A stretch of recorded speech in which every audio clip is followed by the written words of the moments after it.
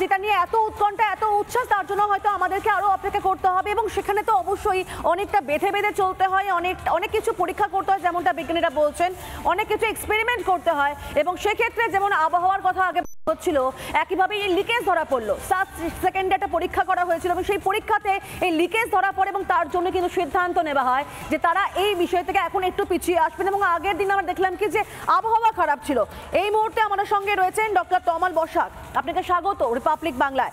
ফের পিছলো এই মহাকাশ অভিযান, যান্ত্রিক গোলযোগে ত্রুটি দেখানো হয়েছে, মানে দেখতে পেয়েছেন আপনি পরীক্ষা করে, এবং তার জন্যই পিছিয়ে গেল। তাহলে কি অপেক্ষা আরো বাড়বে?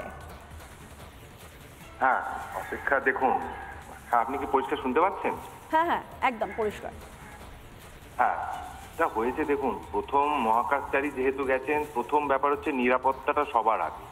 যেটা আবহাওয়াজনিত ত্রুটি হোক কিংবা কোনো যান্ত্রিক গোলযোগ হোক, কিছুদিন আগে যেটা জানা গেছিল যে একজন ওখানে স্পেসএক্স এর অফিসিয়াল জানিয়েছিলেন যে সেখানে অক্সিজেনের একটা ছোট্ট লিকেজের ব্যাপার ছিল ইত্যাদি। তো বিন্দুমাত্র কোনো রকম যাতে অসুবিধে না হয় বা কোনো টেকনিক্যাল ত্রুটির জন্য কোনো দুর্ঘটনা না ঘটে, সেটা সবার আগে খেয়াল রাখাটাই সবচেয়ে কাম্য।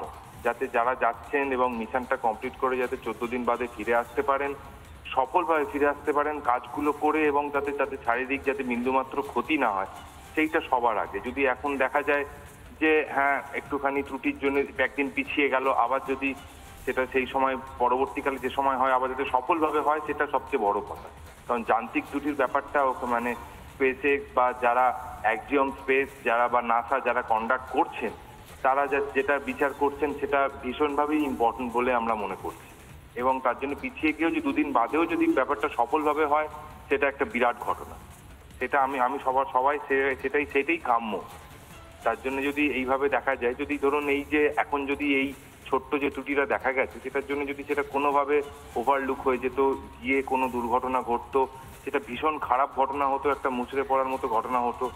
সেইটা যাতে এইভাবে অ্যাভয়েড করা গেছে, দেখা গেছে যে এটা যে প্রবলেমটা সেটা ডিটেক্ট করা গেছে, বা আবহাওয়াজনিত কারণও যখন ছিল, আবহাওয়াও তো একটা কারণ, স্পেস একটা ভীষণ হোস্টাইল জায়গা, সেখানে যদি বিন্দুমাত্র যান্ত্রিক ত্রুটি ঘটে, সেই মুহূর্তে এগিয়ে গেলে কিন্তু ফিরে আসার বা রিকভার করার কোনো জায়গা থাকে না। সেই জন্যই এনারা এই 4 বার 5 বার ধরে ডিলে করছেন, যাতে ঘটনাটা আবহাওয়াটা একদম পারফেক্ট কন্ডিশন হয় এবং যাতে 100% প্যারামিটার্স গুলো কন্ট্রোলে থাকে, সেটা জানা যায়। সেটা একটা বিরাট ঘটনা। সেই জন্যই এত প্রিকশন এই 4 বার 5 বার ধরে পিছনোর ঘটনা। এবং যাতে এটা সেফটিটা প্রচন্ড প্রায়োরিটি বলে আমরা মনে করছি। তার জন্য যদি আর একবার পিছিয়ে যদি এরপরে সফলভাবে হয়, তাতে কোনো ক্ষতি নেই, এটা বলে আমি মনে করি। ঠিক তাই, নিরাপত্তা সবার আগে। ধন্যবাদ আপনাকে।